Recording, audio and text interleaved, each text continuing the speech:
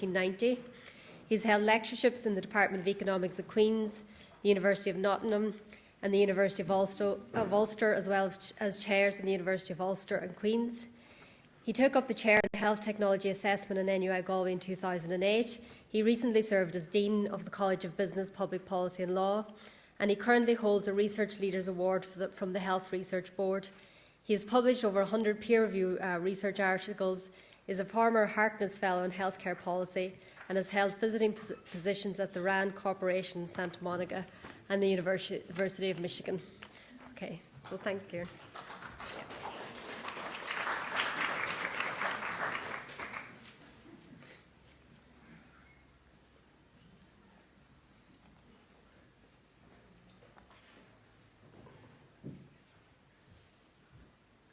Thank you, Adele.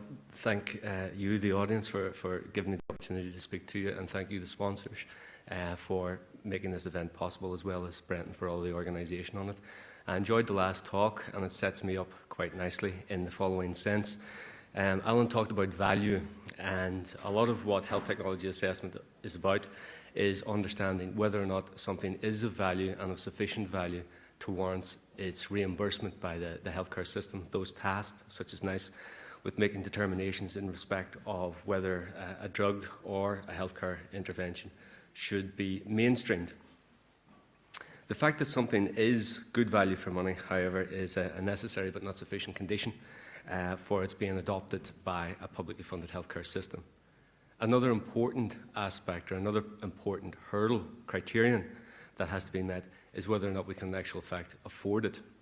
And this is something which became very apparent to us here in Ireland almost at the same time as I arrived here in Galway with the financial crisis. I can't claim credit for the financial crisis, but I've been labouring, as has the rest of the country, under the outworkings of it ever since. So what I'm going to do in this presentation is talk a little bit about what's known as budget impact and the use of budget impact analysis to, again, help inform decision making. So I'm going to take a specific example, and the specific example is in relation to post-treatment surveillance of women who have an abnormal pap smear and how we manage them within our cancer screening service.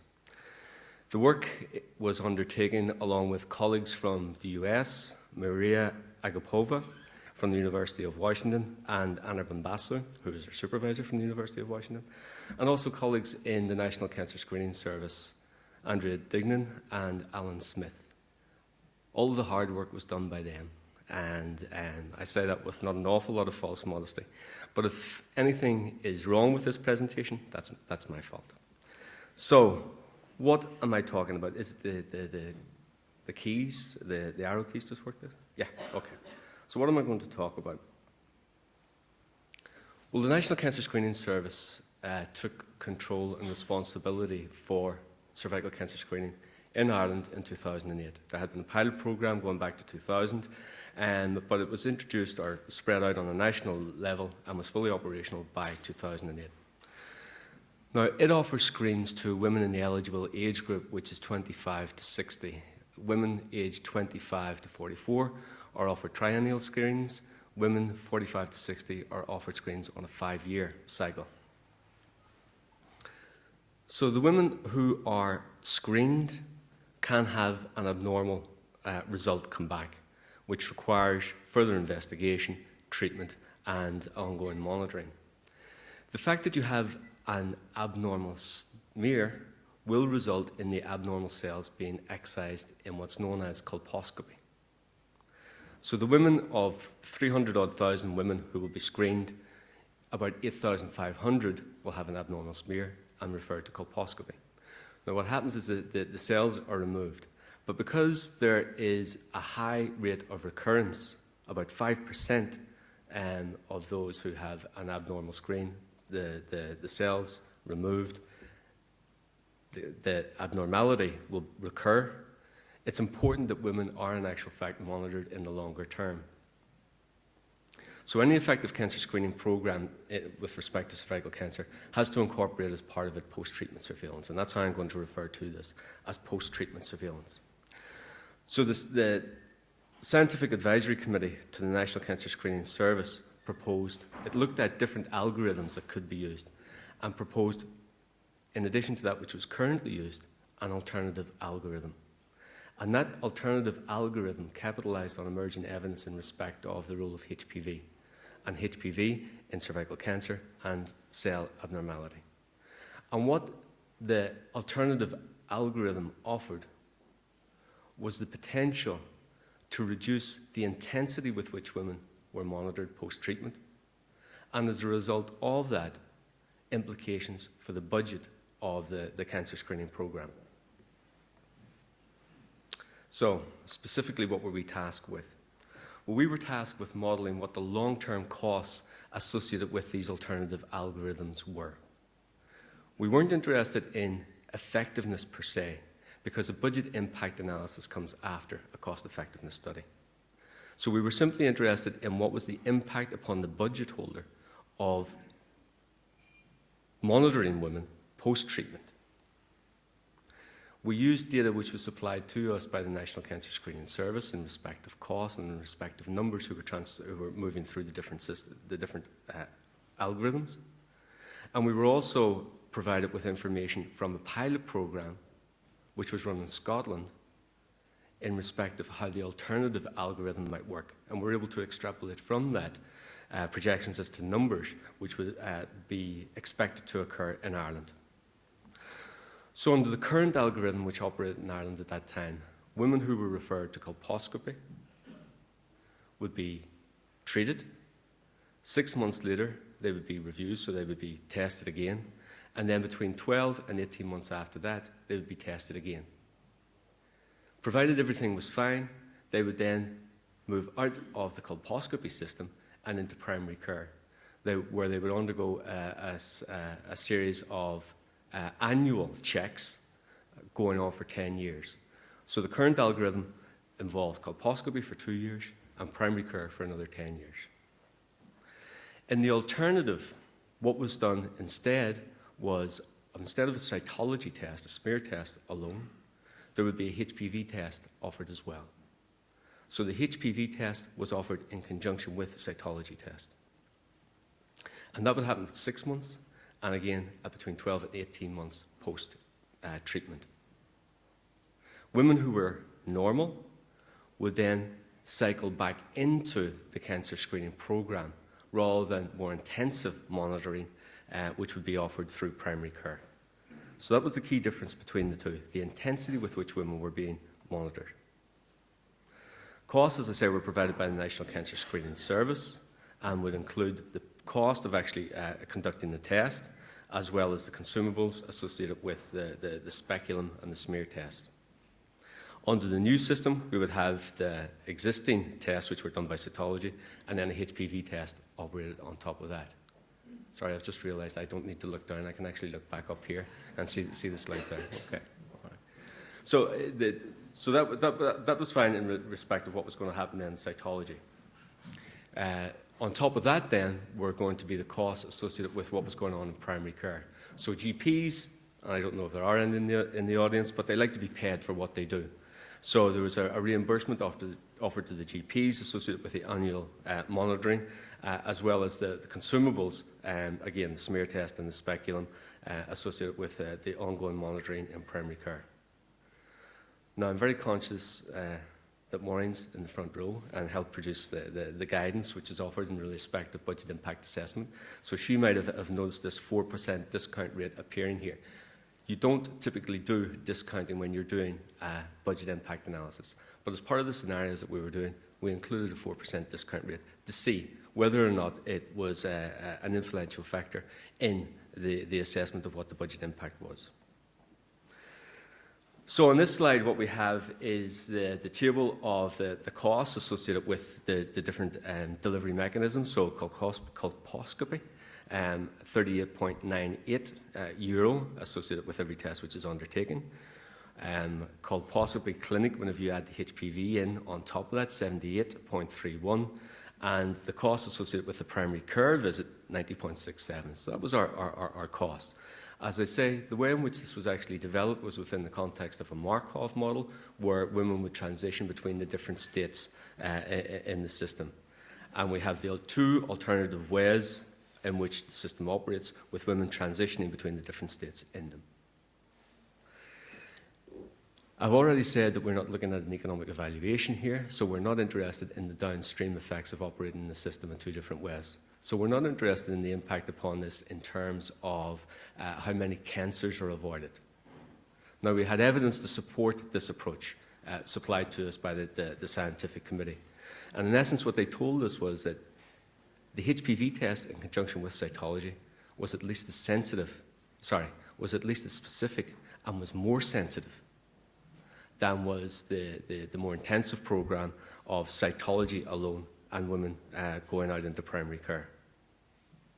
So we're not interested in the downstream effects, and a number of those points actually address that. A number of those points in that table address that. The other thing that we assumed was that there was no differential between the two options in terms of attrition rates. Now, it may well be the case that women find more intensive monitoring more burdensome, or it may be the case that they find it less burdensome. We simply operated on the basis that we had no evidence in respect of this and left it to our probabilistic sensitivity analysis to see what impact different attrition rates might have. And our last assumption was in respect of capital costs. We didn't think that there was going to be a massive building programme occasioned as a result of the adoption of the new programme. We saw no reason why that should not be why that should be the case. So our results. What you have in this table, and hopefully you can see it, is that we have the base case and the budget impact over the course of 12 years, the 2 years in colposcopy plus the 10 years in primary care.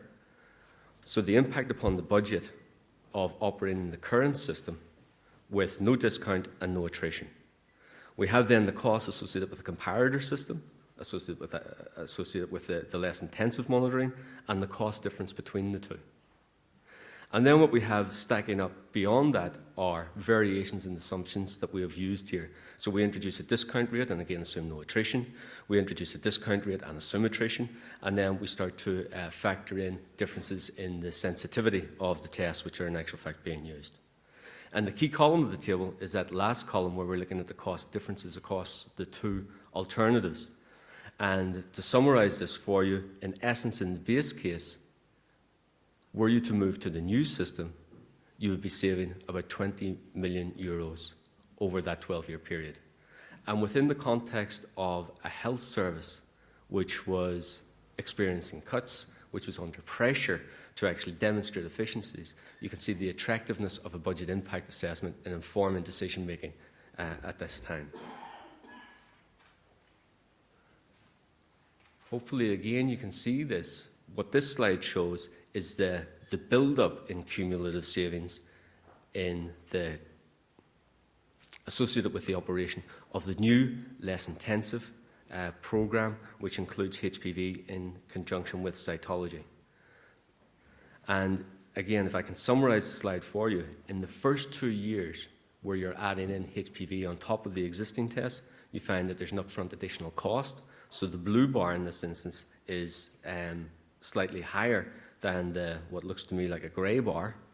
But thereafter, you start to accumulate your savings.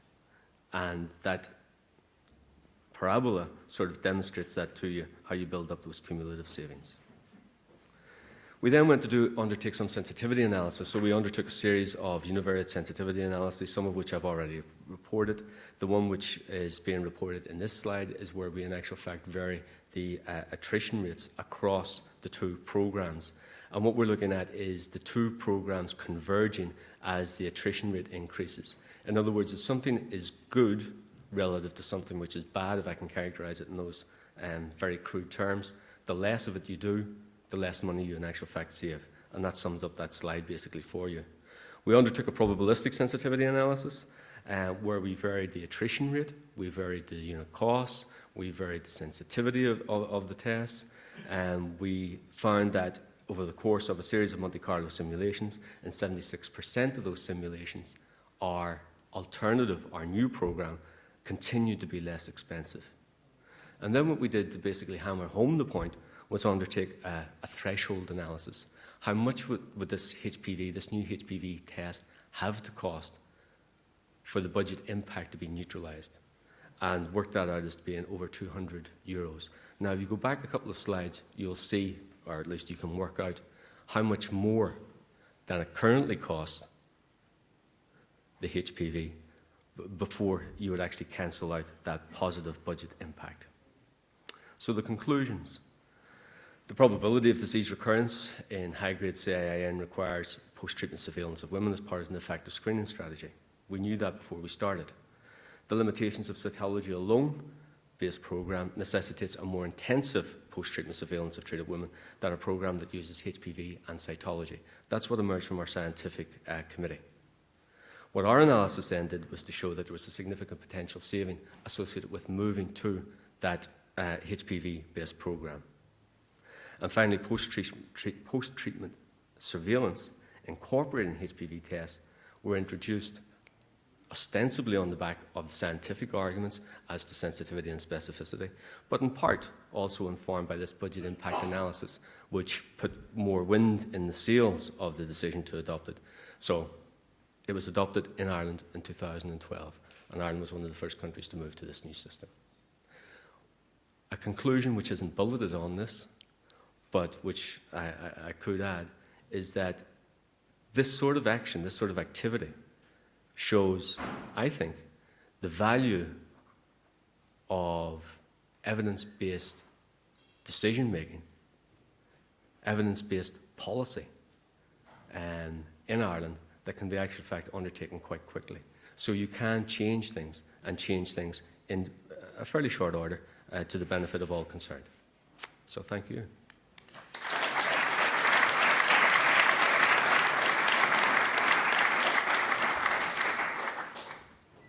Thanks, Kieran. So I'd like to invite our final speaker, Dr. Paddy Gillespie. Paddy is a lecturer in economics at the J. Cairns School of Business and Economics. His research activity is focused in the area of health economics, and in particular the applied techniques of economic evaluation, including trial-based and decision modelling and based analysis and econometrics. His work to date has involved the application of such techniques to explore a variety of questions in relation to heart disease, diabetes, dementia, multimorbidity, COPD, stroke and infectious diseases.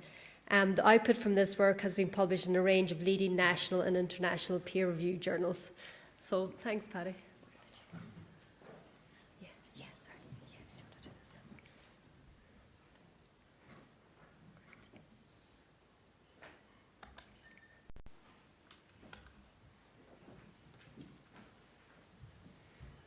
Thanks, Adele, and good afternoon, everyone. The first and the most important announcement to make is that dinner's actually at 1:15 and not 1 o'clock.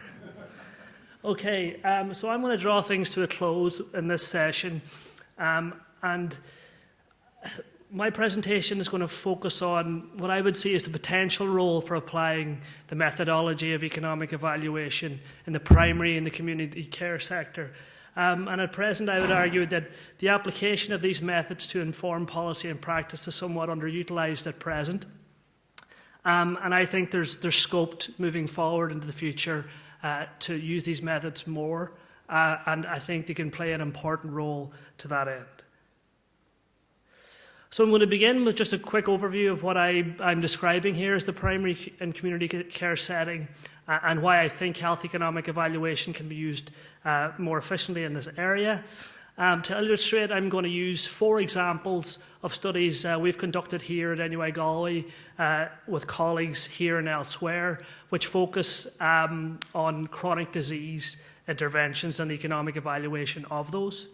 And I'm going to conclude with just some thoughts as to I suppose, some of the key challenges I would see in the way of allowing economic evaluation to become more embedded in informing policy and practice in the primary and community care sector. Okay, so what do I mean by the primary and community care setting to begin with? Well, simply, I'm thinking of any healthcare intervention that's delivered by healthcare professionals in this setting. So if it's GPs, practice nurses, public health nurses, physios, occupational therapists, so on and so forth. And in particular for today, I'm going to focus on those types of healthcare interventions that are delivered for the care of people with chronic illness. And going forward, looking at the demographics and the ageing profile of our population, the projected increases in chronic illness such as heart disease, stroke, dementia, so on and so forth. These are individuals, and we're going to have more and more people growing, living in the community at an increased age. We're going to have more and more people living in the community with one or more chronic conditions, and these people will require care from healthcare professionals. So there's going to be increasing pressures on our healthcare system, and as a result, I think we need to think clearly about how we're going to manage chronic disease going forward, and I would argue that economic evaluation can play a role in informing those choices. And interestingly, and one of my reasons for picking this topic was that in terms of the interventions we're talking about here, the chronic disease management interventions, they involve a complex mix typically of the pharmaceuticals, of the medical devices, of those lifestyle behavioural measures that are implemented by health care professionals in the primary and community care setting. And from the policy perspective, I think the interesting questions that will arise is not specifically should we fund this particular device or should we fund this particular pharmaceutical product, but it's what is the appropriate form of the intervention. So how should we combine the pharmaceuticals, the medical devices, the lifestyle measures? How can they be best provided to meet our healthcare needs from both a clinical and from a cost-effective perspective? And to this end, I think the methods of economic evaluation can play an important role. And I'm going to illustrate this by just looking at 4 examples of chronic disease interventions that we've evaluated in the Irish setting. And very much I build upon the methodologies developed in the UK and presented for the Irish setting from HICWA, in the sense that I'm going to compare these treatment options, and there's 2 options in each case, the control being usual care for a particular chronic illness, and the intervention being typically a process of care intervention, because that's really what we're talking about here, how we provide care. That's going to be our intervention in each case. We're going to look at both the costs and the health outcomes associated with each of these options, and hopefully identify which is the cost-effective strategy in each instance. And ultimately, what I want to do is place my results on this. This is our cost-effectiveness plane, and I see some members of my previous classes over the last couple of years sitting in the audience, so they'll be quite sick of this slide, but I think it's useful to start with this point. So essentially, the results from any economic evaluation should be able to be placed upon this cost-effectiveness plane. So as you can see, I've lumped the control at the origin, and if you look at the horizontal line, to the north of the horizontal line is a case whereby our new intervention is more costly than the control. To the south of the horizontal line, our new intervention is less costly. And then if you look at our vertical line, to the right of the vertical line, the new intervention is more effective. To the left, it's less effective. So any economic evaluation, the results from, should be able to be placed upon this plane and allow us to identify our cost-effective strategy. And you'll see there lambda represents, the red line represents our cost-effectiveness threshold value, and essentially what that does is it separates our plane in 2. To the south and to the right of the threshold value line, we have a cost-effective strategy. That is, our intervention is cost-effective. To the north and to the left, the intervention would not be deemed cost-effective. So what I'm going to do with each of my studies is I'm going to place our results in terms of mean cost-effectiveness on this plane, and I'm also going to present the cost-effectiveness acceptability curves, but I won't talk too much about those. But essentially, we need to analyse the uncertainty around our estimates and quantify, if you like, the weight of evidence in favour of our intervention relative to our control. So this is the framework I'm going to apply, and that I did apply in conducting each of these studies. Okay, so the first study looked at an intervention that targeted the secondary prevention of coronary heart disease in general practice. So these are people living in the community with heart disease. And the intervention in this case essentially consisted of primary care clinics held in the GP setting. The clinics were conducted every 4 months, So a patient was called in every 4 months, and with the GP and the practice nurse, they discussed their cardiovascular risk factors, conversation, looked at their cardiovascular medications, and essentially plotted out a plan for the next 4 months as to what needs to be done from the patient side, from the provider side. So this was conducted every 4 months over a period of 18 months, and we conducted the economic evaluation of this intervention relative to usual care, so usual care being existing primary care for people with heart disease. And as you can see there, hopefully in the central element of the slide, based on a trial, a randomized controlled trial conducted over 18 months, in addition to a Markov model to extend the analysis over the remainder of the patient's lifetime, we estimated there that the intervention was less costly on average and more effective on average. So you're down in that bottom quadrant to the right-hand side. In that case, the intervention is more effective and less costly. It's a cost-effective strategy. The acceptability curve to the right indicates the level of evidence, the weight of evidence in favour of that intervention. So coming from this study, I suppose we surmised that a more proactive and systematic approach to managing chronic illness in the primary care setting led to a reduced need for more costly secondary hospital care down the line, and this manifests itself in cost savings and a marginal impact in terms of qualities. Okay, the second intervention that I'll briefly go through in a similar fashion, this was a chronic disease intervention targeting people with type 2 diabetes. And in this case, it was a peer support intervention, which consisted of over a 2-year period. Patients with type 2 diabetes were invited to attend group-based peer review or group-based sessions with their peers, led also by practice nurses, where they would discuss information in and around their illness, how they manage it, so on and so forth. And usual care in this case was just standard care in the GP setting. Again, we had a 2-year trial where we collected data on the costs and effects over that period, and we extended the analysis using a decision model to map over the remainder of the patient's lifetime.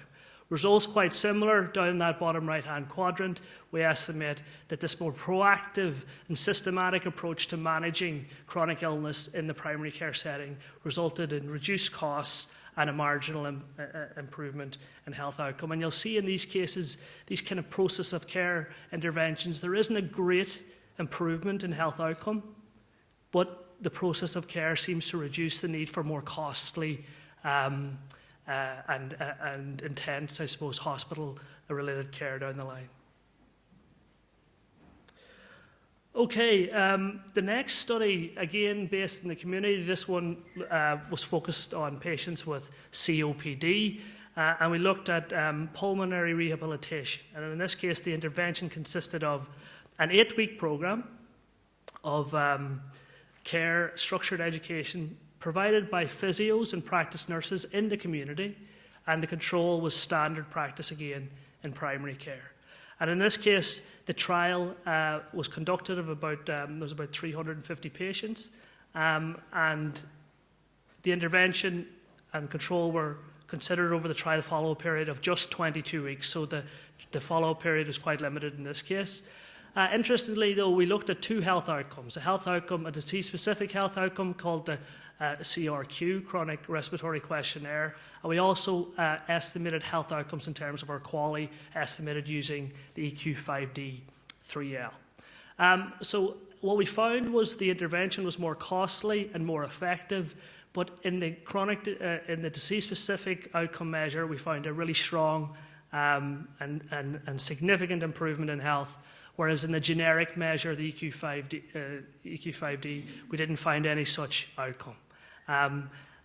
So essentially what you see, hopefully over on the right-hand side there with our acceptability curves, if we're focusing purely on the disease-specific measure, we have strong evidence of cost-effectiveness at this particular threshold value, at these threshold values. If we look at the generic measure using our standardized EQ5D, which didn't capture improvements in health status for this patient population, we have no evidence of cost effectiveness, and obviously that has strong implications for the likelihood of this type of intervention being funded going forward.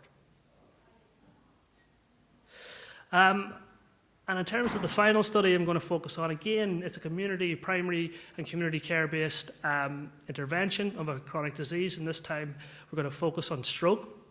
And the study and the intervention we evaluated in this case was early supported discharge. This was a model-based analysis, so we didn't have a trial in this case. And we modelled best practice for early supported discharge. And the idea here was that people with mild to moderate stroke were released on average 8 days early from hospital, and they received their stroke rehabilitation in the home. So a package of care delivered by physiotherapists, occupational therapists, speech and language therapists, and other professionals was delivered in the home, and the control in this case was the standard care, i.e. the rehabilitation was delivered in the hospital setting. In this case, we adapted a model from the UK, which had a 10-year time horizon, and over the course of that period, costs on average were marginally higher in the ESD programme, and if the effect was also improved. So we're in that top right-hand quadrant, more costly and more effective, and we came in at an ICER under €5,000 per QALY gained, which by any standards I think would be deemed to be likely to be cost-effective. Okay, so through those examples, I think firstly I like to give the sense that what is manageable, if you like, from an economic evaluation perspective in terms of going forward in the primary and community care setting. Studies can be conducted and should be conducted in this area. Why? Well, given our age profile, given the increased prevalences of chronic illness and the pressures that are going to be placed upon healthcare professionals in the primary and community care setting where the majority of these people will live, we need to more clearly think about the cost effectiveness of the care we deliver there. So with that in mind, I've tried to think about 3 possible challenges that we face to the more embeddedness, to making this type of methodology more embedded in the decision-making process for practice and policy in this setting. And I've just identified 3 issues. The first was the challenge to identify research questions. What should we focus on?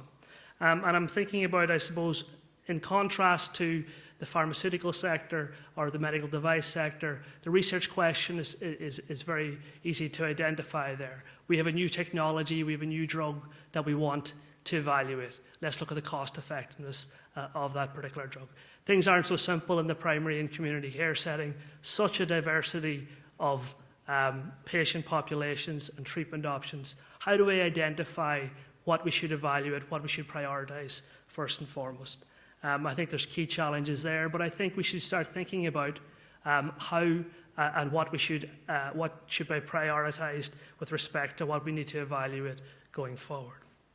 The second challenge, I think, is, and this very much is a personal reflection, I suppose, of working on studies such as those I've just presented, the idea of how we translate research into policy and practice in this particular sphere. Again, there seems to be a clear pathway for the medical device or the pharmaceutical sector in terms of you submit you present your submission, and a decision is made ultimately as to whether to fund or not fund your particular intervention. In this case, what happens very often is that once the research is done, once a study is published or presented, there's not a clear pathway as to how to get this evidence across to those that actually require it and those that can use it in a meaningful way. I think that's the challenge that faces us as researchers and our health system as well, as to think about how we can incorporate this type of process more efficiently going forward. And finally, I suppose, as a more general point, and that relates to developing the research infrastructure that will allow us to undertake these types of studies going forward. I think a lot has been done in the last 10 years since I've started working in this type of area, most of which by people in the room here. I would imagine a lot of people have driven the process of economic evaluation forward and the infrastructure we have. But again, I think we could all agree that we need to do more with respect to providing data, cost and effect data, improving and sharing methodologies, and finally training and recruiting personnel to work in the particular areas. And I suppose on that final point, I missed the morning session because I had a class from 9 to 11 with the undergrad health economics class. And on a more positive note, we have 111 students taking undergrad health economics here in NUI Galway. And I think I'm going to take, I'll say we have 111 registered as opposed to attending. But I think that gives a sense that the message is getting out there that this is an interesting and an exciting area, and there's a clear pathway in terms of future careers for students, which, as we all know, attending open days, talking to parents, that's really clearly important to people going forward. So on that note, I'll leave it there and draw the session to a close.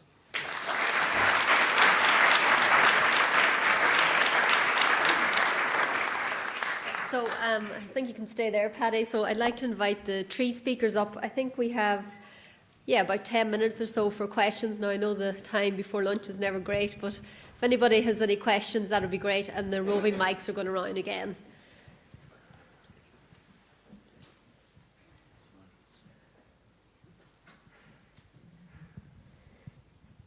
Thanks very much. The speakers were very interesting. It's a question for Paddy. With relation to the work that you've just illustrated for us, where have we got to in terms of implementation of any of those interventions, or what work has been done to try and take it forward for implementation as policy?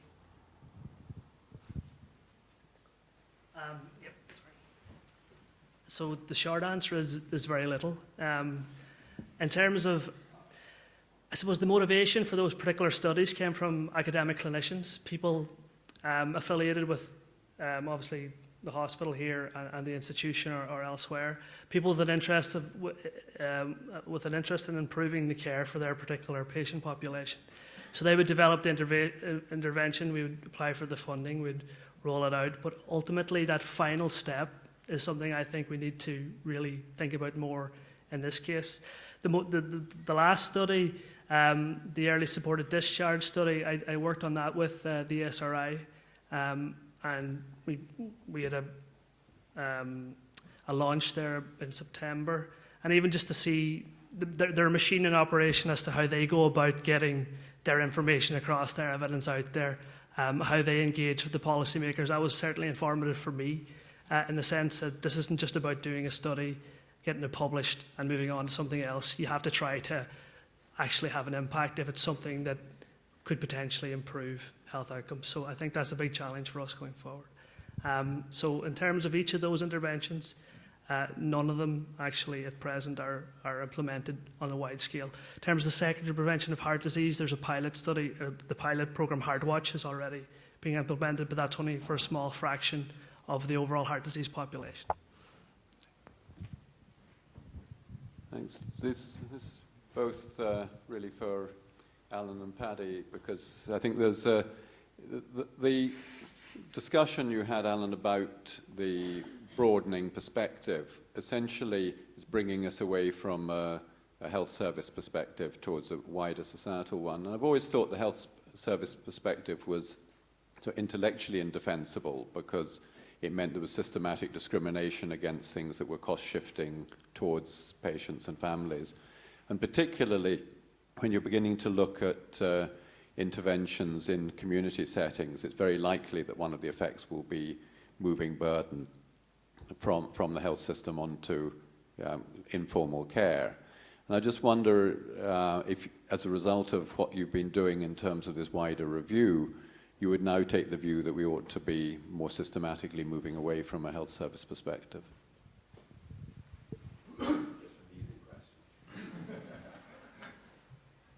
I'll go first.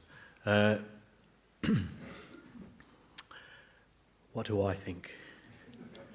Well, I think for a lot of drugs, the difficulty is that obviously if you change the perspective, you'll change the kinds of things we would approve and those that we would not recommend. And some of the examples of where you might get differences, I think would be difficult to defend just in terms of the sort of face validity or how acceptable they would be. So if you think about the flu example, flu drugs, if you take into account productivity costs, probably stacks up to give people zanamivir or oseltamivir. But it doesn't seem to chime very well with what people want from their health service. So it's from an intellectual point of view, I completely agree. How can an economist stand here and say we shouldn't take into account all costs and benefits? And from a person with an economics background, that is my tendency is to agree with you completely. But I think ultimately this is a political decision where I'm contradicting myself now by saying I'm going to revert to reverse engineering. But I think if you think about some of the implications, at least in terms of drugs, I think that might be more difficult. Certainly with lots of other interventions, it makes absolute sense. But personally, I think the health service perspective is appropriate for drug use. But that's not from an intellectual position. That is from an individual whose view counts no more than anybody else's in this room.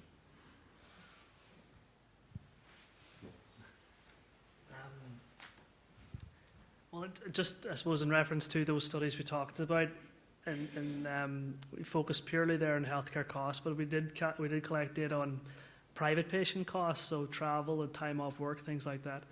And obviously, when you're presenting them, you would take that into account. But I think it depends on the illness too. So if it's some sort of intervention targeting dementia, I think you would have to think about seriously taking into account the impacts on informal care and caregivers. But how far do you go? It's difficult to say, but I think certainly we should consider these clearly, and your decision as to what you finally present should be presented explicitly in your work, I would suggest. Could I just add something else, actually? One of the things that we do take into account, so I think NICE and sort of standard cost-effectiveness analysis is often criticised for not taking into account the effects on beyond the patient. And that's not strictly true. So if you think about therapies for Alzheimer's disease, for example, we do take into account the effects on the health-related quality of life of the carer. And in Alzheimer's disease, that could be quite important. And we do take into account the costs for the provision of care.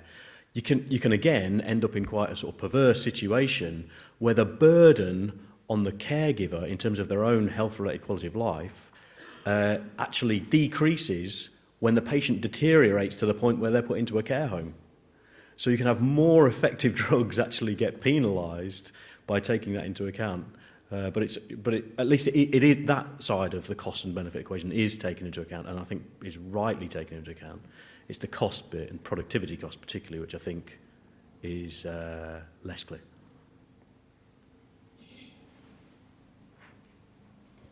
Any other questions? I suppose I just have one for Kieran because I don't want to let him away. Oh, sorry, there's silence.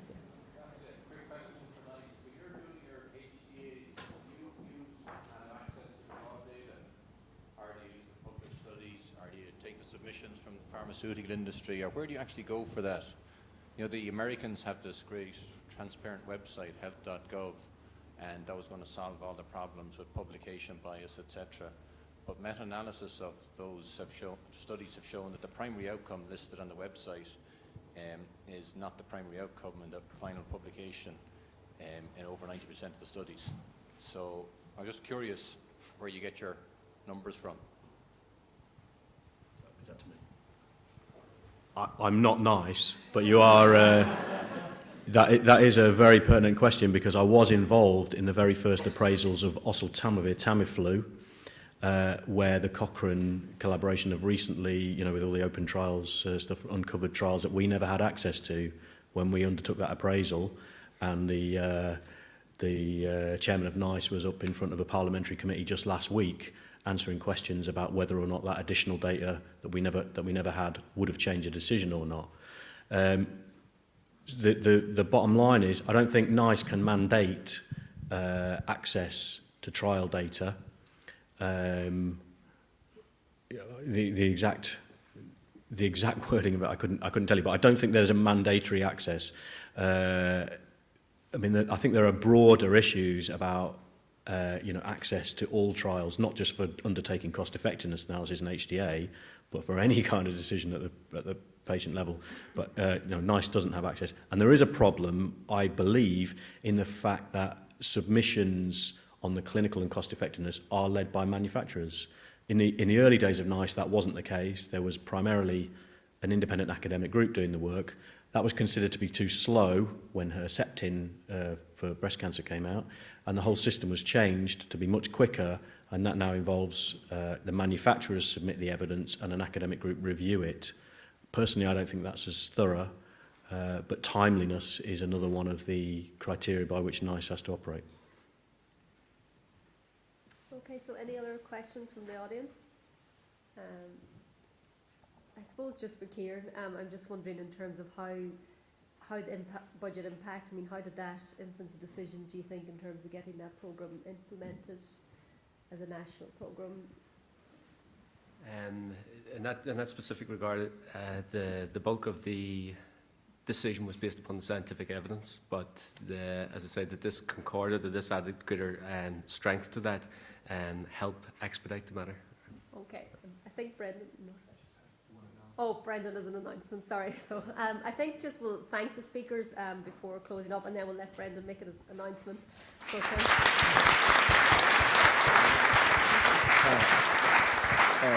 thanks, Adele. And just one brief announcement by the wonders of modern technology. I got a text message while we were listening to that from Louise to say, could you please fill out the evaluation forms that you got in the pack that you got today.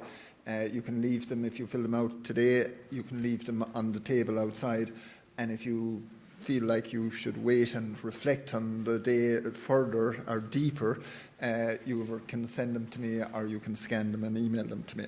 And just it was poor old Paddy who had to give you the unfortunate news that lunch wasn't starting until 1:15. I don't know why the programme doesn't reflect that. But we'll be back here then at 2:30. And, of course, most important, where is lunch? It's upstairs where you were, so you know where to go. All right? So we'll see you back here 2:30. Thank you. Thanks, lads. Man.